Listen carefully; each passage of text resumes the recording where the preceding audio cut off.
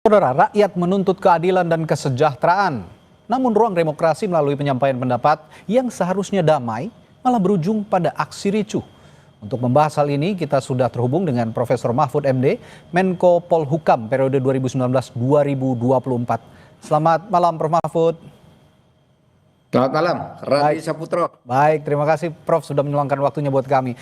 Prof, saya tanya, pemerintah ini seharusnya memastikan hak konstitusional masyarakat untuk menyampaikan pendapat tetap terlindungi tanpa ada tindakan represif. Bagaimana sih, Prof? Ya tentu saja itu standar baik internasional ya di dalam konvensi Perserikatan Bangsa-Bangsa yang sudah kita ratifikasi maupun di dalam Undang-Undang Dasar maupun di dalam Undang-Undang kita tentang kebebasan menyatakan pendapat. Itu sudah lengkap aturannya. Tapi dalam praktek sering terjadi represi dari aparat terhadap pengunjuk rasa. Tetapi juga jangan nutup mata di kalangan pengunjuk rasa sering ada penyusup-penyusup yang melakukan kekisruhan, keributan. Sehingga kedua pihak harus sama-sama waspada lah ketika akan melayani untuk aparat yang akan melayani atau mengawasi aksi-aksi untuk menyampaikan pendapat dan untuk masyarakat yang ingin menyampaikan pendapat atau unjuk rasa itu supaya juga hati-hati, jangan sampai terprovokasi oleh penyusupan. Oke. Itu aja sebenarnya. Baik, Prof, tapi begini, pada saat Anda menjabat sebagai Menko Polhukam sebenarnya juga kan pada saat unjuk rasa yang berakhir dengan kericuhan itu juga selalu ada penyusup-penyusup seperti itu. Yang ingin saya tanyakan sebenarnya apa faktor utama yang menyebabkan penyusup-penyusup itu tetap ada dalam beberapa momen unjuk rasa di Indonesia termasuk di ibu kota yang kemarin terjadi besar-besaran, Prof? Ya karena memang ada kepentingan-kepentingan orang-orang atau kelompok tertentu yang ingin mengacau dan mengambil keuntungan. Oke. Tetapi pada umumnya munculnya penyusup ini tidak banyak sih kalau orang hati-hati. Sehingga Oke. misalnya kemarin yang rame 2 hari 3 hari terakhir ini kan sebenarnya gerakan itu organik. Saya tidak percaya bahwa itu ada dipengaruhi secara dominan oleh penyusup atau apa ditunggangi oleh dikendalikan orang luar. Itu yang numpang aja kebetulan yang melakukan unjuk rasa itu tidak waspada. Karena dimanapun dan dalam skala apapun setiap ada unjuk rasa seperti itu penyusupnya pasti ada.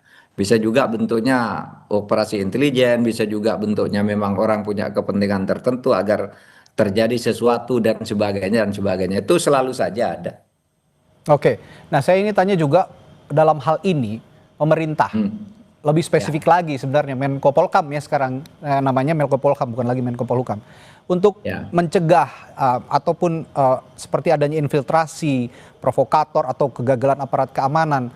Bagaimana ini bisa diorkestrasi oleh seorang Menko Polkam sehingga penanganan demonstrasi ini tidak meruntuhkan kepercayaan publik terhadap aparat keamanan? Ya, ya kalau tanya bagaimana melakukan orkestrasi tentu saja Pak Menko Polkam yang sudah punya rencana dan cara-cara sendiri. Kalau waktu saya dulu biasanya 2 hari atau 3 hari sebelumnya bahkan seminggu sebelumnya kita sering rapat waktu itu di kantor Subden, kantor Panglima TNI di dekat istana itu. Ya. Kita rapat Menteri, Kapolri, semua menteri terkait jika ada demo. Lalu sehari sebelumnya biasanya kita sudah tahu tuh ini kekuatannya ada sekian orang dari kelompok ini sekian orang titik kumpulnya di sana korlapnya ini biasanya udah diketahui semua sehingga kita bisa kekuatan pengamanan kita dikonsentrasikan di mana misalnya eh, di DPR atau di mana. Kita juga memberitahu masyarakat jangan mengambil risiko masuk ke kelompok itu kalau dia bukan bagian dari pengunjuk rasa atau ya punya kepentingan yang sama dengan pengunjuk rasa dan tidak dikenali sebagai lawan dari pengunjuk rasa karena kalau diteriak wah ini lawan gitu ini nyusup gitu wah dia bisa dihajar rame seperti dulu ada aktivis yang sampai ditelanjangi, dihajar habis-habisan itu kan Ya. kita sudah beritahu bahwa beritahu ke masyarakat waktu itu bahwa konsentrasi kekuatan massa akan ada di sana. Hmm. Oleh sebab itu hati-hati, semua harus tertib gitu. Nah, Oke. maka terjadilah hal seperti itu. Hmm. Saya ingin beranjak kepada konteks penyampaian pendapat dalam ruang demokrasi. Saya ingin Ya. minta pendapat terhadap Prof. Mahfud. Perbedaan mendasar antara demokrasi yang sehat dengan penyampaian pendapat damai versus demokrasi yang berlebihan, yang berujung pada anarki. Bagaimana Indonesia bisa menghindari yang terakhir saya sebutkan tadi? Menghindari terakhir, pertama pihak yang akan menerima aspirasi, taruhlah dalam ini pemerintah juga harus terbuka untuk menerima itu dan akan betul-betul memfollow up, mendengar dan mengolah. Nah, yang kemarin maaf saya katakan, alhamdulillah sekarang udah diatasi oleh Pak Presiden. Yang kemarin itu kan akumulasi karena setiap aspirasi itu sering diremehkan. Sudah ada beritahu ini tindak lanjutnya ndak ada sehingga lalu berakumulasi Oke. masyarakat lalu berteriak bikin caranya sendiri. Lalu terjadilah tragedi yang sangat memilukan memakan korban nyawa banyak orang. Kalau 4 meninggal itu kan sudah sangat banyak. Satu aja tidak boleh ada yang meninggal di dalam sebuah unjuk rasa. Oke. Begitu.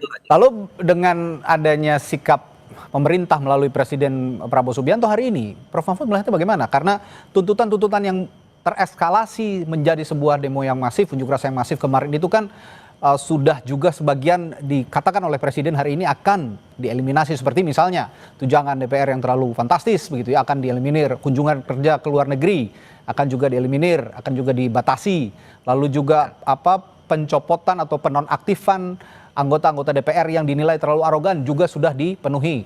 Nah, bagaimana langkah ini sudah bisa meredam apa yang terjadi belakangan ini?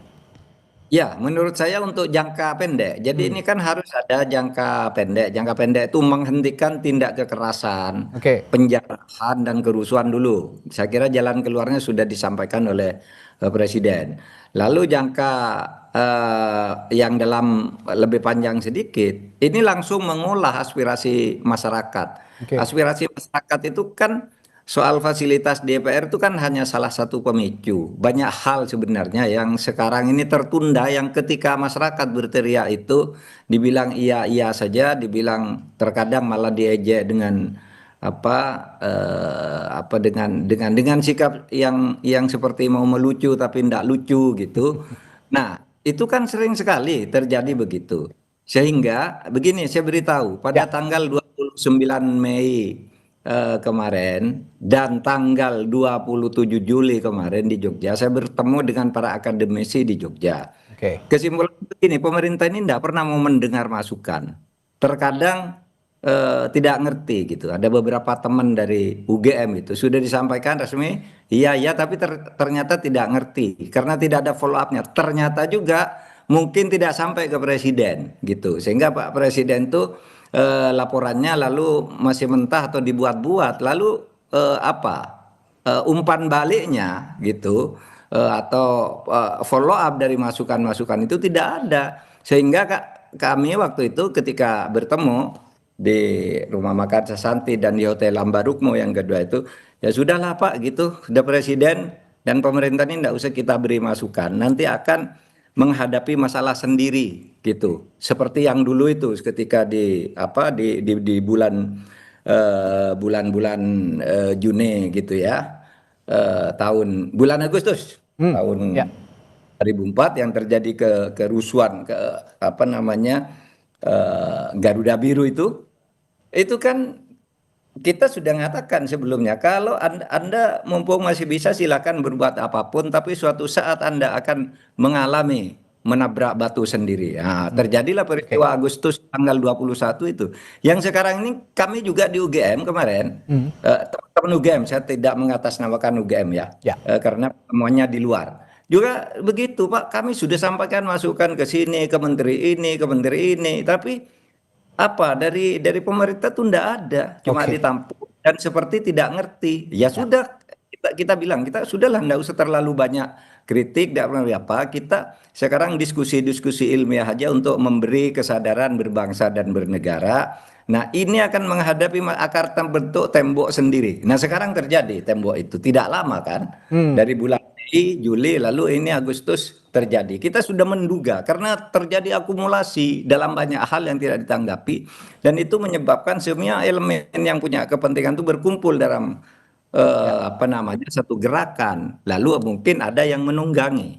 Nah, oleh sebab itu demokrasi itu harus memberi saluran yang proporsional terhadap setiap aspirasi itu. Bahwa ada penumpang gelap mungkin ya pasti ada lah. Tetapi yang sebagian besar itu organik. Kalau penumpang gelap itu ya gerakan sekecil apapun adalah yang berkepentingan. Nah, itu biasa aja. Ya, intinya yang Anda mau katakan ya jangan pemerintah ini jangan tone deaf gitu ya. Jangan tidak, sedikit saja aspirasi harus didengar begitu daripada menjadi bola salju nanti. Baik, Prof, saya ada yang menarik juga ini soal tuntutan massa atau publik soal RUU perampasan aset. Ini di periode Anda juga sempat dibahas pada saat Anda menjadi Menko Polhukam. Hingga saat ini belum juga disahkan. Dan ini bisa juga menjadi bola salju kembali jika memang tidak dibahas karena kita tahu publik juga marah dengan RUU perampasan aset yang tidak kunjung disahkan ini dan akhirnya melakukan tindakan-tindakan anarkistis yang merugikan juga. Merugikan publik sendiri, mengklaim bahwa barang-barang ataupun harta yang bukan haknya itu diambil oleh publik ini ya. Bahasa halusnya seperti itu. Bagaimana Anda menilai RUU perampasan aset hingga saat ini belum disahkan juga, Prof? RUU perampasan aset itu adalah aspirasi yang paling kencang disuarakan oleh semua elemen pejuang-pejuang demokrasi. Nah, oleh sebab itu tadi sebelum ini saya bertemu dengan eksponen guru besar sebuah alumni organisasi organisasi siswa ini alumninya. Itu begini, ketika kita mendengar Pak Prabowo sudah menyampaikan jalan keluar yang baik tadi.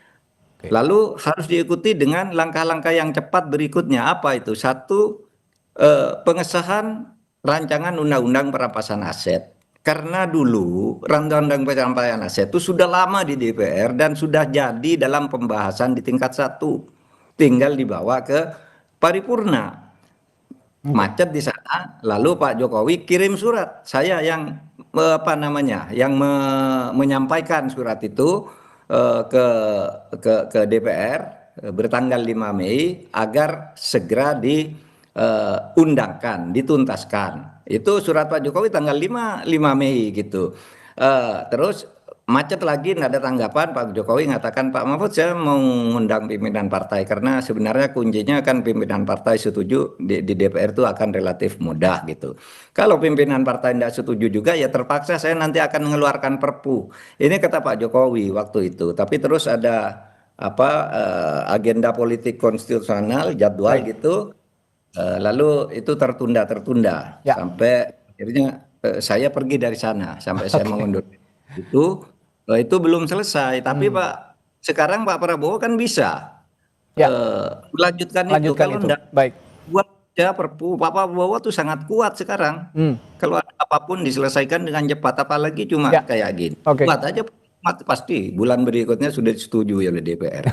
Mudah-mudahan, amin. Nah, dari diskusi kita malam hari ini intinya sekecil apapun aspirasi harus diserap gitu ya, jangan tone deaf, dan ruang-ruang demokrasi sekecil apapun ruangnya di iklim demokrasi, saya percaya bahwa Indonesia masih memiliki ruang diskusi yang luas sehingga aspirasi-aspirasi publik bisa ditampung dan bisa diwujudkan oleh pemerintah. Terima kasih Prof. Mahfud sudah berdiskusi di Sapa Indonesia malam hari ini. Sehat selalu, sampai jumpa lagi. Assalamualaikum.